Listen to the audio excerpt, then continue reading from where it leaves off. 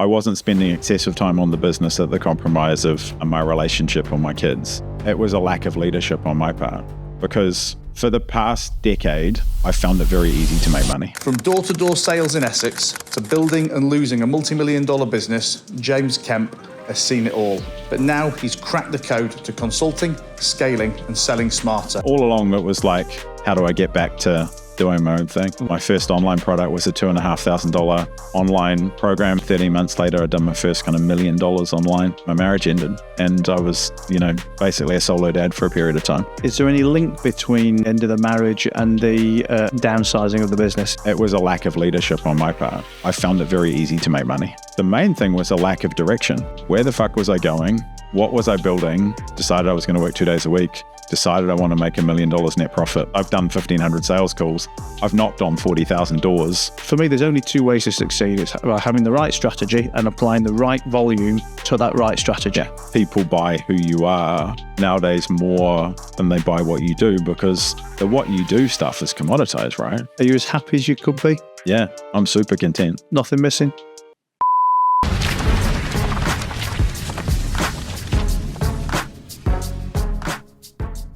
Hey, Matt here, just interrupting myself to say, can you believe that 62% of listeners to this podcast don't actually subscribe? Now, I know you like it because you listen to it, you come back and the stats are great, but 62% of you don't actually subscribe. So make sure you subscribe, whether that's on YouTube, Spotify, iTunes, wherever you listen to your content or watch your content, and make sure that you never miss a future episode. Guys, Matt Haycox here, and welcome to another episode of No Bollocks with me, Matt Haycox. And today, I have a guest who I'm embarrassed to say didn't actually even know who he was until a couple of weeks ago. But I'm glad he has been introduced to my ecosystem, and I'm sure some of you guys are already going to know him, James Kemp. But for those that don't, I got ill yesterday, I guess, which has been a good thing because it allowed me to go down the rabbit hole of watching James Kemp YouTube videos in bed. And I'm excited he's going to be a guest, and I'm excited for some of the value he's undoubtedly going to deliver. So James, thanks a lot for being here, and sorry I haven't come across you sooner. Thank you. Pleasure to meet you. It's all by design, I don't want to be the best kept secret, but sometimes I am. The mystique. Yeah. I mean, look, let's set the scene for people like me who maybe don't know you or don't know the background as well, because I guess you're a consultant and you're a coach to consultants, but I guess it started some time before then. Yeah. So I mean, the entrepreneurial journey started on a council estate in Basildon when I knocked on doors.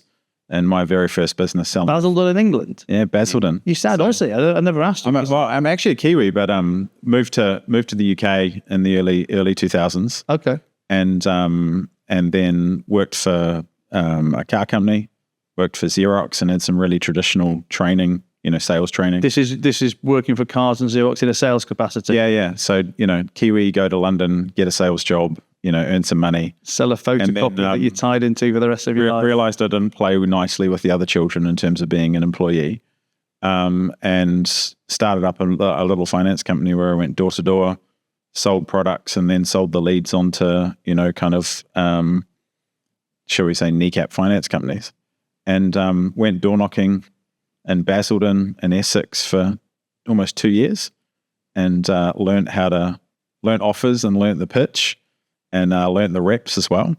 And then 14 years ago, found out we were pregnant with first child. And at the same time, there was a little financial crisis, and all my customers went out of business overnight. And I was there holding the bag for about 50 grand worth of loans and ads and all kinds of things that I'd spent on, and had to work out another way. In the process of doing that, I'd self-taught about, online. So building websites and Google ads and back in the day. And so first business failed, and then jumped into the daily deal market. So Groupon and Living Social were coming out at the time. Worked for Living Social for a couple of years, and again, got into offers, and then came back to New Zealand and ran up a 9-figure marketing director's job for essentially the version of that in New Zealand. And all along it was like, how do I get back to doing my own thing? Why did you go back into corporate life at that point? I had to, because I needed a job. I had a child. I needed money, and I was underwater. And the daily deal industry sucked me in because it was startups have the same flavor as entrepreneurship, because there were 10 people when I joined Living Social, and when I left, there were 250 in London. So it had that kind of entrepreneurial, startup flavor where everything's a bit chaotic and growing. But I started to accumulate clients on the side. I'm an ADD novelty seeker. And so I started to accumulate clients on the side and started doing consulting all the way along. Consulting and marketing? Yeah, predominantly online marketing and consulting. And then working up to a marketing director of the fastest growing company in New Zealand at the time, it was relatively easy for me to pitch over into consulting, and quickly saw the limits of corporate consulting, being paid for my time and giving people advice that they largely weren't taking because they didn't have to. And then met some people who said, well, you can do this online. And my first online product was a $2,500 online program where I had a group and people got on calls with me, and I had a training course where they plugged in things to their e-commerce site, and 30 months later I'd done my first kind of $1 million online by running Facebook ads, getting people on the phone and selling them a $2,500 product. And so that productized consulting was kind of the step into that. Scaled that all the way up to, I've done $4 million kind of products in the consulting game. And then about 2 years ago, my marriage ended, and I was, basically a solo dad for a period of time, and had to get rid of people, get rid of staff. And then I really had to lean into the idea of what the semantics around some of these words that are thrown around. What is consulting? What is coaching? What is mentorship? Because I wanted to run it on my own and I wanted to be lean, but I didn't want to compromise on having a highly profitable business. Is there any link between the end of the marriage and the downsizing of the business in terms, or was something going? Were you too tied into the business that meant you weren't concentrating on the marriage? Is it? It's not me trying to dig deep into your personal life. I'm a pretty open book, so you can dig as deep as you want. Set the scene for, I guess, other entrepreneurs who are maybe, working the 7-day grind, 20 hours a day, or, have the business and personal two interlinked. Yeah. It wasn't the compromise on the time. I wasn't spending excessive time on the business at the compromise of my relationship or my kids. It was a lack of leadership on my part, because for the past decade, I found it very easy to make money, right? I've always found ways to make money that's, well above the average kind of run rate for most people. And so I think the main thing was a lack of direction, which is, where the fuck was I going? What was I building? What was I doing? And that kind of showed up in my marriage and my relationship, where I didn't lead it. I didn't send us in any direction. Hey, Matt here, just interrupting myself quickly to say thank you for listening to No Bollocks. But did you also know I've got another podcast, Stripping Off with Matt Haycox? Very different. No Bollocks is the quick daily business tactics that you need. But Stripping Off, we go deep, deep, deep with a CEO, with a celebrity, with an athlete, with an international, inspiring character. We find out what makes them tick. We find out how they got to where they got to, and we find out how you can learn and benefit from them too. So jump on over to Spotify, iTunes, YouTube, wherever you're listening to your content, and I'll see you on a future episode. We just had money, we did things, but it wasn't necessarily going anywhere. And, my wife at the time was like, well, if you're not taking me anywhere, maybe I need to find my own way in the world. So it wasn't a lack of attention. I have never worked, all the hours that God gave me. I've always been a leveraged person, but it was definitely a lack of leadership. And the end of that, and the realizations is, I love being a dad. I love my kids. I love having a lot of free time. Was a switch enough for me to understand that I could build businesses that fed my life once I identified what I wanted my life to be and who I wanted to be. So there's definitely symptoms there. And when you were getting divorced, or when the marriage, why did you have to downsize in the business? You said you laid off some staff. And yeah, so both in terms of the two factors. My business model was partnerships with other people at the time. And a partnership requires, a commitment to another person and doing what is required. And because I wasn't quite sure what level of time commitment or financial commitment or those things that I was making, I had to essentially wind up 3 very valuable partnerships to say, okay, well, I don't know what level of commitment I can make to this, so I can't make that to you, so I can't actually operate in that. So divested myself from those businesses and was like, okay, if I have to start again, on what terms do I want to do that under? And decided I was going to work 2 days a week, decided I want to make $1 million net profit plus, every year, put the constraints in, and then designed everything else from there. So your client base now, or your audience, are consultants?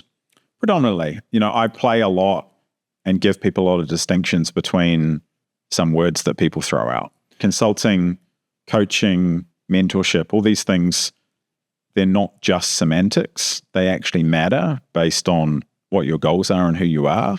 But a lot of people have the skill of consulting, which I just describe as telling someone else what to do. Well, I was going to say, let's have a look into those three different buckets, if you like, of consultants, mentors, and what was the other one? Coaches. Yeah, consultants, mentors, and coaches. Also, particularly with consulting, because coming from well, I'm not coming from a corporate world, but I'm from the business world. Consultants is a word that's been thrown around for years of, they get paid to come in and do nothing and tell you how to run your business and then fuck off, etc. Are there, I guess this is a general question and specific to your programs and your coaching, are there good consultants and bad consultants? Are there industries that are maybe more suited, or people with a certain skill set that are a better or worse kind of consultant? Or do you don't really care where they come from? You just teach them how to market themselves better? Yeah, I think the distinctions in terms of the quality of consultants is, people hire consultants for different reasons. The most additive hiring of a consultant is bringing in a skill set that business doesn't possess on their own. A lot of consultants are hired to maybe take the blame for something. Some consultants are hired to, obfuscate labor because you can lay off people and then immediately hire them as consultants. But a consultant is additive only, or beneficial to a business only if they bring in skill set or knowledge or insight that the business doesn't have itself, or nowadays an execution capacity, right? Because the line between consulting of like telling someone what to do and doing it has got really blurry these days. A lot of consultants will be involved in execution, whereas traditionally a consultant will do the plan and the model, but they wouldn't get their hands dirty. A good modern consultant can give capability to a business that they don't possess, but also can execute it as well. I think of like most consulting is a waste of time because it's necessarily bringing in insight the company could find on its own.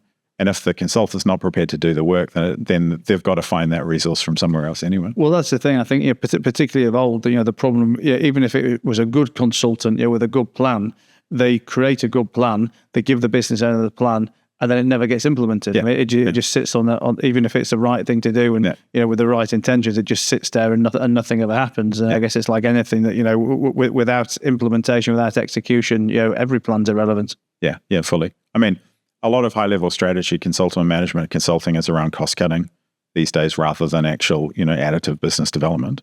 And I think the modern consultant needs a skill set which involves execution to actually add proper value. Otherwise, unless they own the value all the way through, then they're just another mouth to feed from the business as well. And we mentioned coaches and mentors as well. I mean, I guess it all falls under the same kind of umbrella. But are there distinctions between the three? Yeah, mentorship's a really interesting one because my experience with mentorship is it's much more scalable than coaching. And in the modern world, especially online now, there's a ton of online coaches in different categories, online business coaches, online fitness coaches, etc.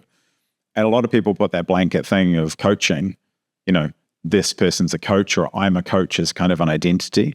And for a long time, I've always seen it as just a skill set. Coaching is helping you see the things that, you already possess and able to do them.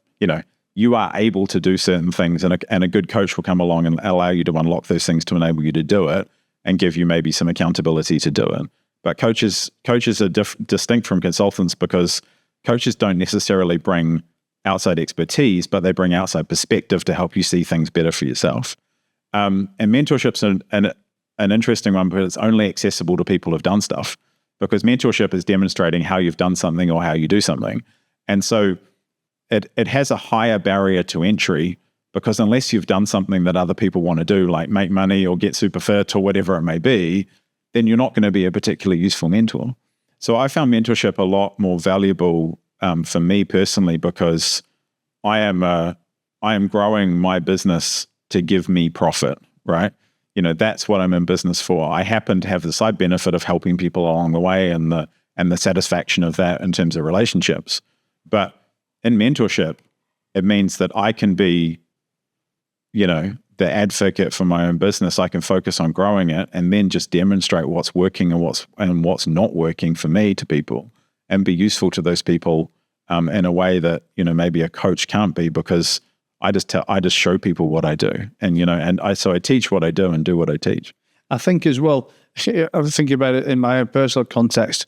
I can see the mentorship side of things can fix a problem very quickly. And the coach is almost like an indefinite thing. I mean, I sell, what I call coaching calls, but I guess, when I think about it in the context of what you say, they're really probably more mentorship calls, because I'll do a 15-minute call, a 30-minute call where somebody is asking me a business problem that they're struggling, that's invariably I've already been there and done it. And that's why I can do a 15-minute call, because I'm not interested in 2 hours of small talk. It's ask me a question. Oh, I remember that when that happened to me in January 2015. Here is the answer. Here's the playbook. Now get on and do it. Yeah. And, but I don't consider myself a coach, because I wouldn't know where to coach someone. Like I said, I can tell someone what to do. I can tell someone how I did it and now I think it's right, but I can't help them, set up for everything and go back and repeat and check and, are you doing this right? Are you doing the other right? So coaching isn't as scalable as the online bros would have you think, because coaching requires a relationship. The reason we don't do things is usually deeply personal. It's fear-based, or it's belief-based, or it's environment-based. And to unpack why someone isn't doing something, you need time with them. And you need to actually give a shit. You need to have a level of care of like, okay, your daddy said this to you when you were 5. You need to kind of get down there to actually understand what the blocker is. Because most problems aren't the problem. And a good coach will diagnose the blocker rather than just say, oh, you're not putting content on social media because you don't know how to write. It's actually because you're deeply insecure about the way you look, or the way you type, or the way you sound on audio. And so a coach needs a relationship, and there's only so many quality relationships we can have with people. So coaching isn't as scalable as people say, because the thing that you're trying to scale is care, and you can only care about so many people and so many problems all at once without breaking. But even if you care about everyone, you can only speak to so many people at once. So, use that as an example. It makes me realize even more and more how I'm not a coach. It's like, I can say to you, listen, you need to be posting on social media. I mean, I actually have this. This is a real life example with my sales team. One of my businesses is an IFA group.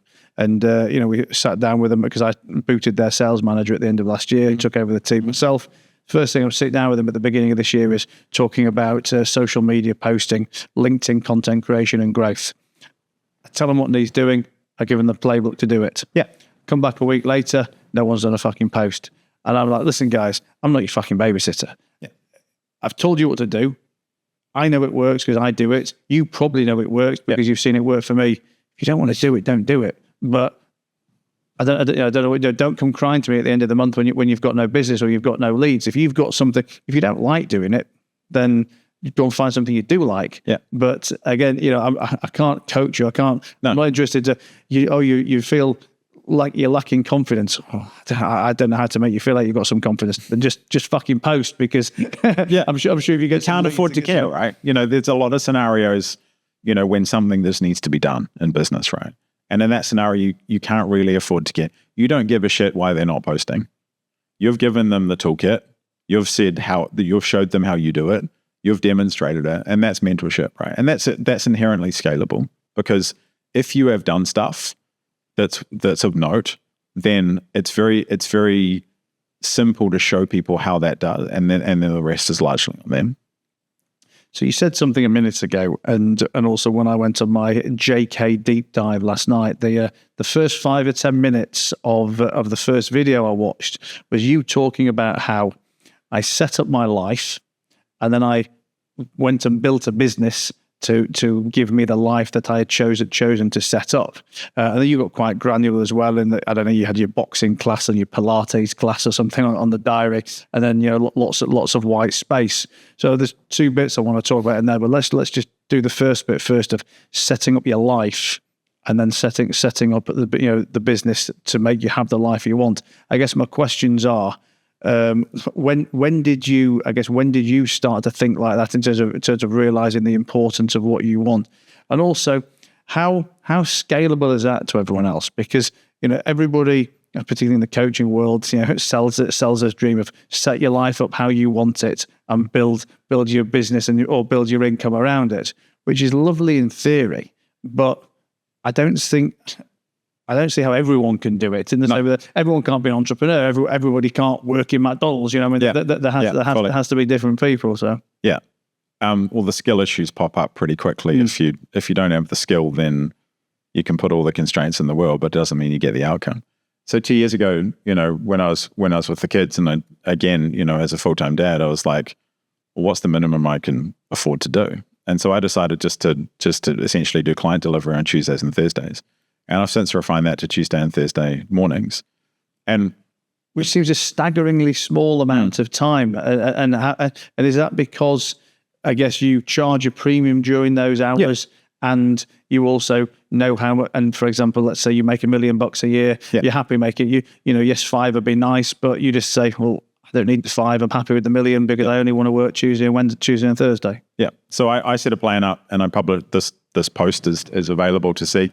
I set a plan up where I was going to work Tuesday and Thursday. At the time it was Tuesdays and Thursdays, which I've since refined to Tuesday and Thursday mornings, to get to a $250,000 a month run rate.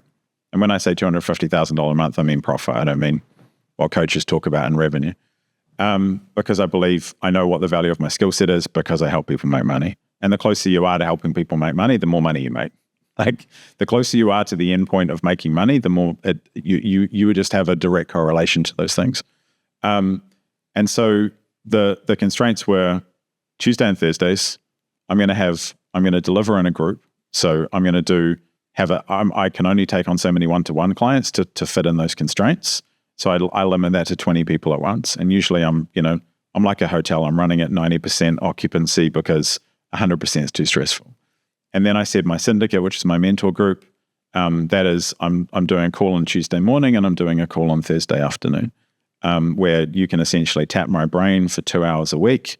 I'll show you everything I'm doing in the course of growing this business, what the systems are. You can copy and paste everything you like. And then I'll help you I'll show you how I think about those things. So it's extremely meta, right? But I put constraints on how many people I could coach because I believe in coaching needs a relationship.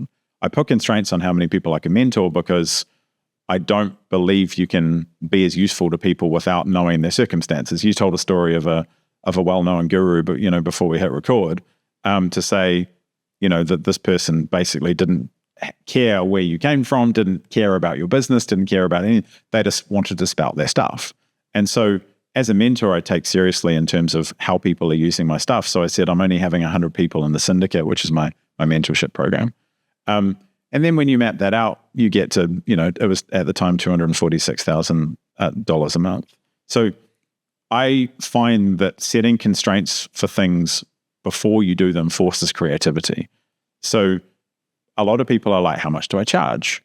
How do I get clients? I'm like, how few people do I need? And if I can only have that many relationships, how much do I need to charge? How little can I give people to get them a result? Well, if I do that, then I'm only going to do the things that actually work and hand those over to clients, etc.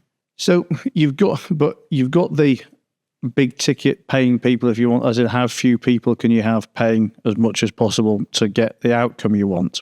But what about the funnel for that, or the lead flow for that? Because I guess from the little I know of let's say the coaching space, the online space, those big ticket clients are they kind of come from an escalation of the smaller people. Do you not need to do that smaller stuff to get to the bigger stuff? Yeah. Well, the important point is that one of the major factors of me not spending time, not spending every hour of the day in the business is I don't do sales calls. I don't do sales calls because I did 1,500 of them, right? So that's where the skill issue happens for most people. I can sell without sales calls because I did 1,500 of them and understand the sales process that I can then replicate, and I sell with Google Docs. I send someone an invite, I send someone an offer because it replicates the sales process that I went through 1,500 times. like, again, an example of like why these things aren't necessarily available to everybody, because I've done 1,500 sales calls. I've knocked on 40,000 doors, et cetera, so I've done the reps. I had a list of 3,000 people. I had an email list of 3,000 people that I started with. So, of course, my first 10 clients of $4,000 a month came straight out of that list because people know, like, and trust me because I've been communicating with them for years. So, again, like, all these things are available and possible. You know, it's like the overnight success thing, right? How do you become an overnight success? Well, you spend 10 years trying to kind of try and do it, right? So there's the secrets to some of these things are, of course, the work and the things, the assets that you've built up before, the skills, the experience to get there. And these things aren't available to everybody, but the synthesis of the steps, you know, where I'm useful to someone in terms of mentorship is saying, these are the steps I take, and this is the timeline that you can go along. Because if you coach or mentor or consult people, you're actually in the business of just compressing time. Those people can do it, you know, without you. But if you're a good coach or a good mentor, you show them the mistakes you made. You show them the sequence to go through, because the problem is every strategy works, right? Everybody's got the latest, greatest strategy. And that doesn't mean that that strategy is right for you right now relative to where you want to go. And so the sequence matters a lot more than the strategy, and someone should be able to unpack that for you. Talk to me about the difference between hard work and smart work, and I'll put a bit more context around it. I mean, I never heard you say the words in one of the videos I watched, but you know, on one of my research documents about you, it talked about, you know, James is known for preferring smart work over hard work, which obviously I get that from what you've talked about, but what I believe that you can only now work smart because you have worked hard. Like you say, you know, you've done those 15,000 sales calls. I had, real example. Yesterday, I was interviewing a young guy to be a new IFA. Quite, you know, he doesn't have an existing book. He's just landed in Dubai. He's worked for people back in the UK, and he feels, you know, he's hungry and he wants to work.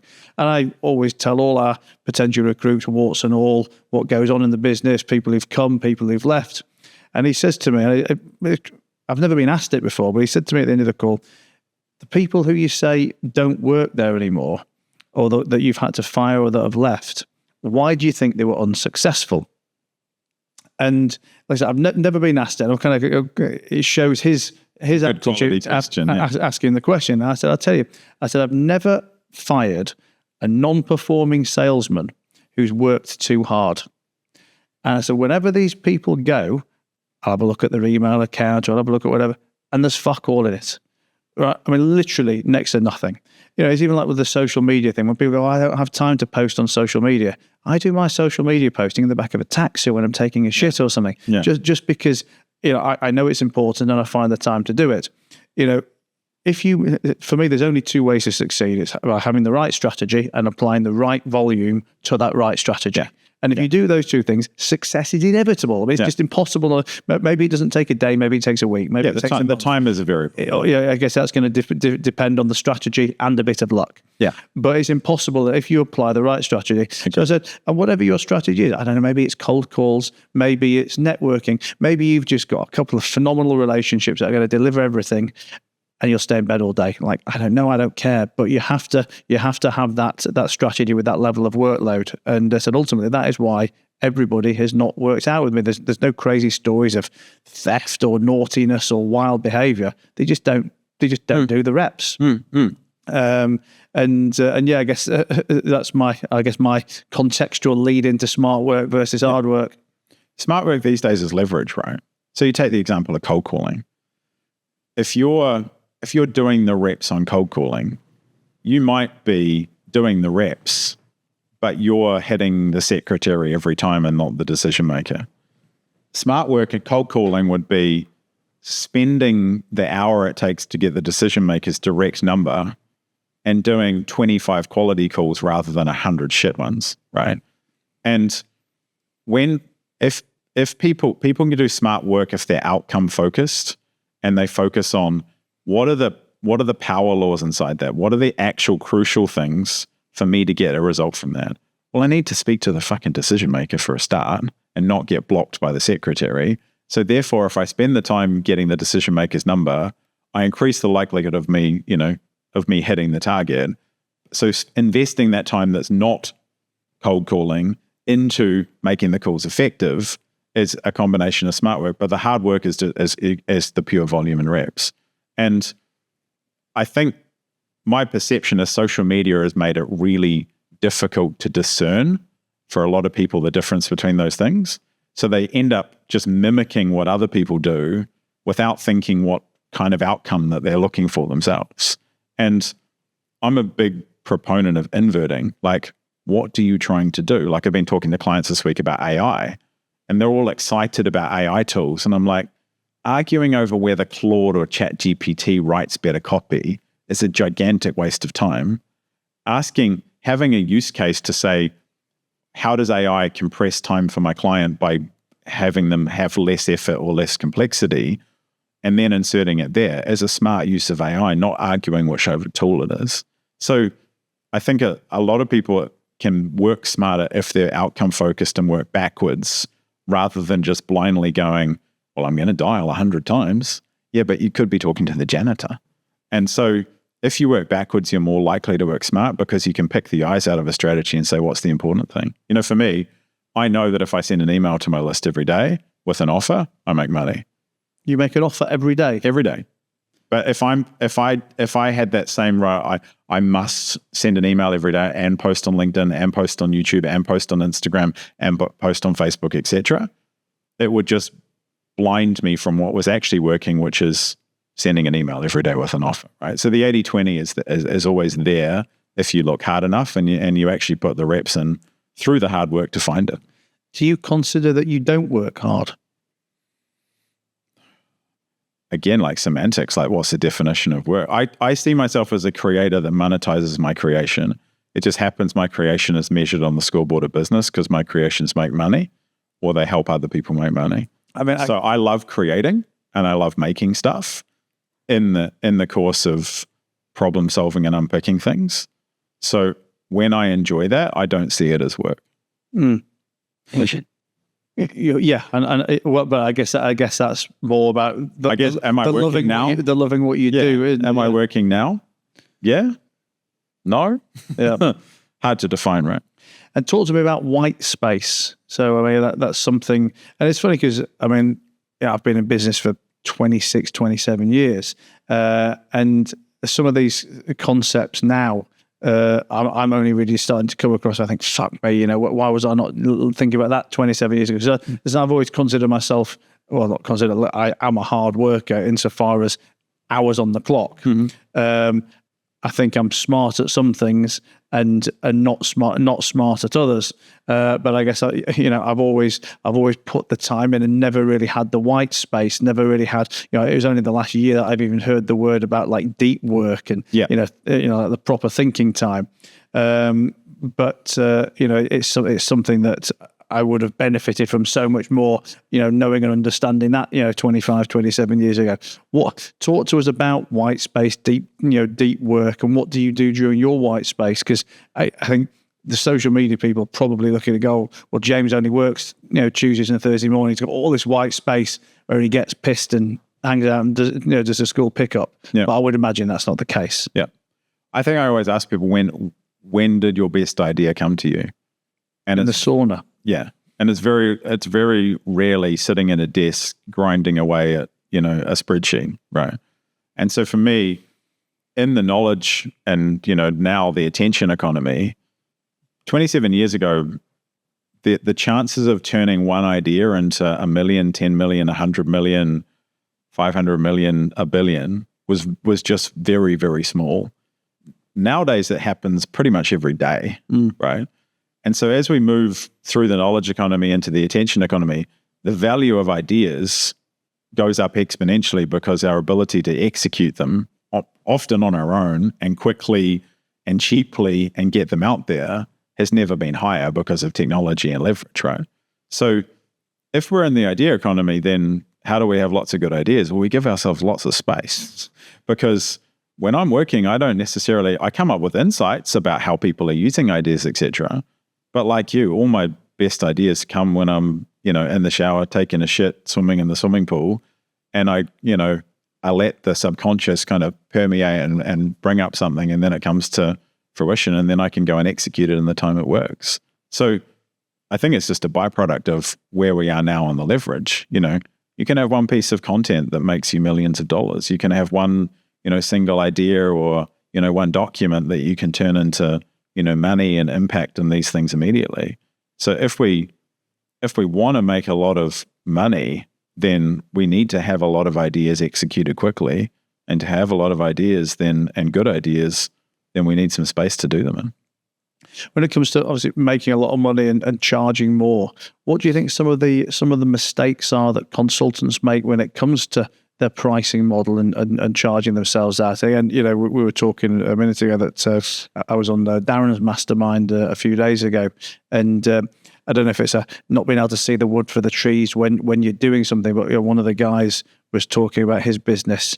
And he was asking Darren a question, I think really from a content perspective. And when he told everyone what he charges, I immediately jumped up. I was like, listen, I don't really know anything about the question you're asking, Darren, but let me tell you, you're like 5x too cheap. Without even thinking about it, you're just 5x too cheap. Yeah. And I don't know if that's like I say, not seeing a wood for the trees or not having the confidence to charge more. And I guess sometimes probably people charge too much and not little enough. But what's the mistakes people make, and how could they get the optimum pricing structure?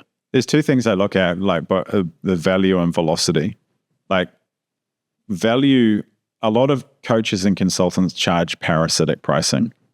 You said there's shit consultants everywhere, because they're parasites, right? They latch onto something and then just bleed it dry, because they look through the lens of, well, the longer I'm here, the more I get paid. And a lot of that's transferred to the internet era, where people are like, if I just entrap you for long enough, then I'm going to get paid the most. Well, they're probably just going to skill as well. I mean, how many of these people last year they were AI experts, or the year before they were this experts, and social media, then AI, then So every client that you come, or a prospect that you come into contact with, has got a value equation, right? And that's like variable in their head. But how much do they value the outcome? So if you can tip the value equation in your favor by understanding what they value, then you can just charge essentially an arbitrage version of that. If automating a particular process saves this person, $150,000 full-time wage, then charging $15,000 for that is perfectly reasonable. And charging $15,000 for them to get $150,000 probably means your sales cycle is going to be quite short, because you're not asking for 100 or 150. You're not asking for 80 or 100% of the total value. You're asking for 10%. So you've got a high velocity. And if you've got a high velocity, your sales cycle is shorter, because one of the hidden things with sales is how fucking long it takes to sell something, right?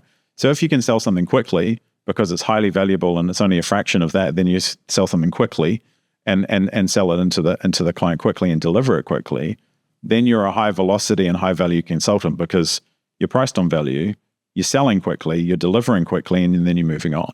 And those consultants or those coaches make the most money because they're outcome focused and value focused, because they've established, well, I can do this thing that you can't do, or I can bring this skill that you don't have, and I can give you a multiple of your investment with me, because it has to multiply. I will write an offer for someone, and I say, just charge me I'll just charge you for the time. So I'll write an offer with someone on a Zoom call, and I charge them $5,000, and then as soon as they make the first 10 grand with the offer, they owe me another $5,000. And so I charge 10 grand to help them make 10 grand, but they get to keep all the profit beyond that. And their investment is an hour's time. So that's a value-based pricing model, because I know if I choose to select the right people and I invite the right people, I can deliver more than $10,000 worth of value, and they're confident too. So I can sell that without a call, without a proposal, without anything complicated. When you say you help them write that offer, I mean, what would an example of what an offer looks like? Because I guess, for maybe people who don't know this space, you could be thinking, well, hang on a minute, an offer is, I will teach you to make a podcast, and I'll charge you $1,000. Yeah. I mean, it sounds a very simple offer, and they might be thinking, fuck it, I'll pay $5,000 for that. I mean, what's the actual, let's say, structure and context you put around an offer? Are we talking about the presentation, email, sales letters, VSLs, all the kind of package? For me, an offer, is a 1 to 5 page Google Doc. Right. Because if you can a lot of the people who come to me have an existing offer, but they have a very complicated or very long sales process. And essentially, I distill it down to the promise. What actually happens? I promise to make you an offer that, will get you your first $10,000 sales. I promise to help you produce 5 podcast episodes that get 10,000 downloads, and I will work with you until that happens. Then there's the plan. When you sell things that don't exist yet, you have to future pace someone. Like future pacing is in sales, it's a common thing. Future pacing someone is essentially bringing the future into now. So I'm a big proponent of like giving them the phases in the plan that you go through. In step 1, we do this. In step 2, we do this. In step 3, because you're giving some tangibility to what happens in the future, because the future is a really abstract kind of thing. And if you can help people imagine it, it helps you convert. And then that pricing piece, which is value aligned pricing. That's if you're delivering something that's got a monetary value or a measurable value, then the pricing is allocated in a way to make it easy to get started. Like I'm a big proponent of weekly pricing. I got that from consumer finance, and a lot of consumer finance is priced weekly because you can present someone a nice small number. But then if they pay for it in full, they get a nice big discount for paying for it in full and paying in advance. So there's if you follow those kind of basic steps there, you have a promise, you give them a plan, and then you price it adequately. And if you understand what the market wants, then most offers are pretty simple to sell without any magic and long sales processes and, 5-hour webinars and those things, because the demand for those things should already be in the market. And most good offers already have that. When you talk about weekly pricing, are you just talking about the presentation of weekly pricing, or do you actually physically take it weekly as well? Both. Right. So, one of the things that I teach clients is like, what are you optimizing for? So if someone's got a $10,000 offer, for example, the value in the price is $10,000. And if that's the right price for the market, then that's the right price for the market. By adding a financing option, like with anything, you increase sales. But if your goal is to collect the $10,000, breaking it into weeklies will just get more people to say yes. But the total payments could be, total up to $12,000. It could be, $1,000 a week for 12 weeks, but a $10,000 pay in full. All the way to I've got offers that are actually 52-week offers at $100 a week, and I'll allow people to buy that up front for $2,500. Because they actually want to collect the $2,500, not the weekly payment. And as someone who's been door knocking on the roughest estates of England to sell and collect this kind of cash, how do you credit control in the online world of weekly weekly sales? You don't. You just accept. You present it weekly to try and get them to take a 50% discount for paying up front. Yeah. And if they don't and they do pay it weekly, you just keep your fingers crossed that they'll pay. Yeah. Well, remember, we're talking 95% of the people I deal with don't have a cost of good outside themselves, or maybe some team delivery.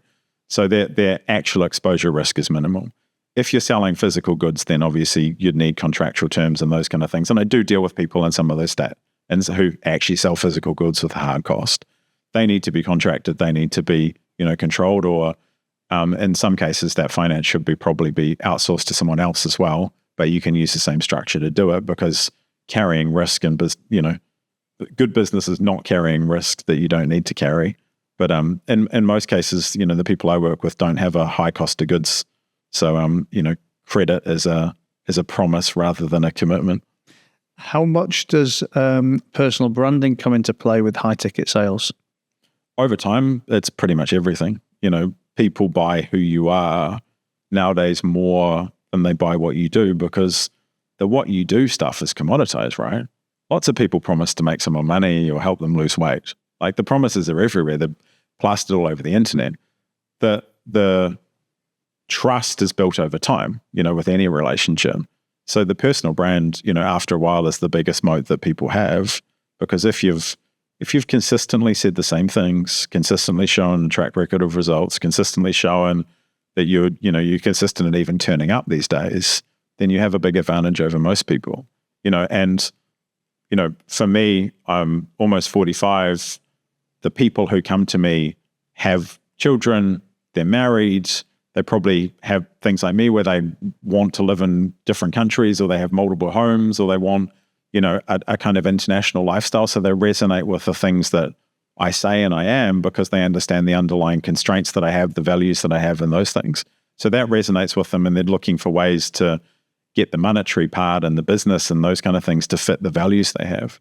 And over time, I think now where everything can be copied, all we've got left is our personal brand. All we've got left is us, because everything that we sell can be copied. Back in the day, you'd make a product and you had a monopoly on it for years, and then China came along and said, now you've got a monopoly on a product for weeks. And now with artificial intelligence and technology, people are copying software products in days, replicating them. So as the more things get commoditized and are easily kind of, stolen by other people, the more that it collapses back to like, who are you and how can I, and why should I trust you, kind of thing. Do you think, well, so in a different way, what do you think you're missing in your business to be able to scale it financially greater than it is now, but without giving up on your self-imposed constraints and core values? I guess what I'm saying, either for you or for anyone else listening, is you've decided, for example, you want to make $2.5 million a year. Yeah. And you've back-worked a strategy to be able to make that $2.5 million a year whilst working the amount of time you want to work and having plenty of other white space and kid time, etc. Now, as much as you're happy with all that, I would also imagine you'd be even happier if you didn't work any more, but you had 5 million instead of 2.5 million. You might not need it, which is why you're happy to set the constraints, but you'd be happy with 5, you'd be happy with 10. Yeah. Do you think there's skills that you're missing in your business, or let's say knowledge gaps that you could acquire to go and get that? Only execution gaps, because I've committed to delivering to clients on my own. I have an execution gap because I've taken off the table my desire and ability to hire people who are going to coach my clients. I've taken off the table hiring people who are going to execute for my clients, which would make us more valuable because we can save people time. So I did 3.3 million last year in profit. I can see the path to 5.4, like literally I can see the path by just doing more of I do now. And that will be me at kind of capacity for that. I've said I'm getting to 10 million. I don't have a timeline on it. What I'm seeing is that the technology of artificial intelligence, being AI agents and these kind of things, it's starting to close the execution gap that I currently have for clients, because now we're getting, rather than a team member doing it, I've got one virtual assistant, by the way, rather than a team. That's your whole team. That's the whole team. You and a VA. Me and a VA. So rather than an assistant or a team member doing it, AI is now doing that. So for example, I can write a Google Doc offer with someone in about an hour on Zoom, prototyping a tool with a tiny number of clients right now, which does basically gets us that first version of that offer in about 3 or 4 minutes by just interrogating AI. So my biggest bottleneck is the efficiency of the delivery part.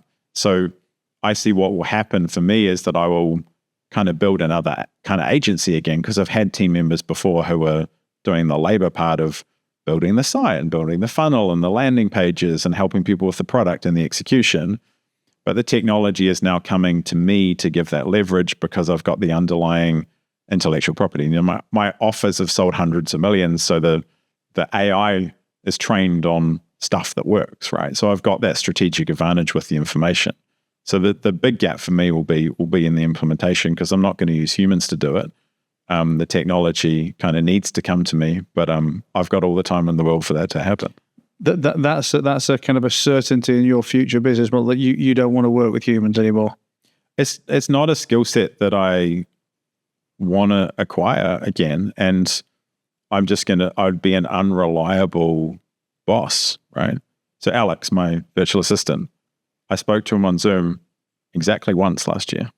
Really? In the whole of 12 months. Everything else is asynchronous via Slack, right?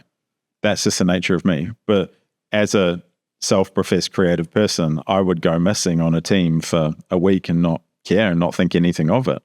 And I don't want to put people in those conditions and have that as kind of, that's my problem, And I don't believe you can run an effective team like that. You could have people that, you delegate it to. But for me, I also charge weekly and I do a lot of things. So when I want to stop, I can stop because, I've been through an internal battle over the last year because I don't need to work.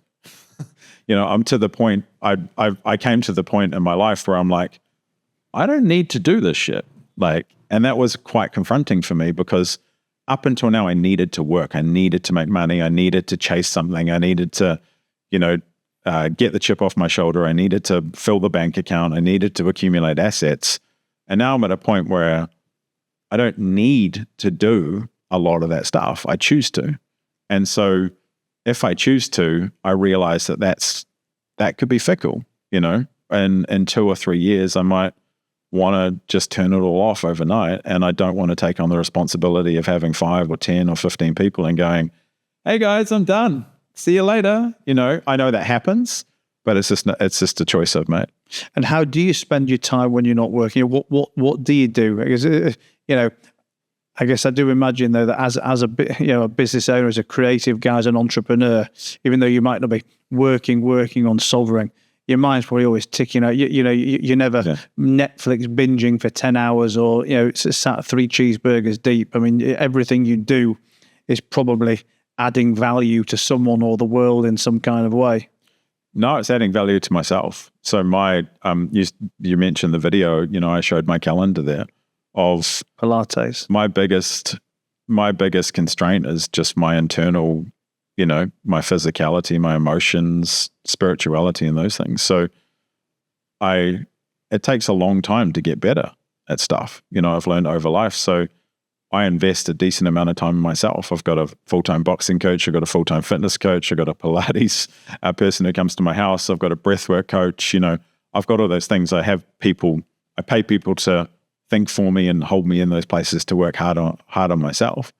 And then I'm just an introverted loner the rest of the time in terms of I value my own time in terms of thinking and space.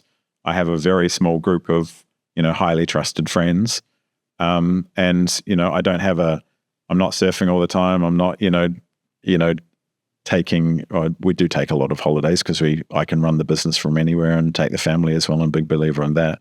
But, that's the rhythm of my life really is selfishly working on myself so I can be better for other people.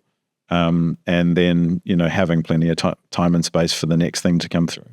It's quite interesting, and I can see it, but I'm sure some people listening or watching this are thinking, you have one part-time VA. I think it's part-time? No, full-time. Oh, right. So you've got one VA, and that's it. But then in the personal life, you've got a boxing coach, you've got a Pilates coach, a breathwork, all these different coaches. But I guess it's mentors, it's coaches, it's helping people shortcut that time to to get to where you want to quicker.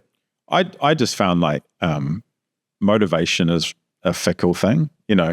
I like going and training with Bolts, who's my fitness coach. I like him writing the workout on the board and me just working really fucking hard on that, right?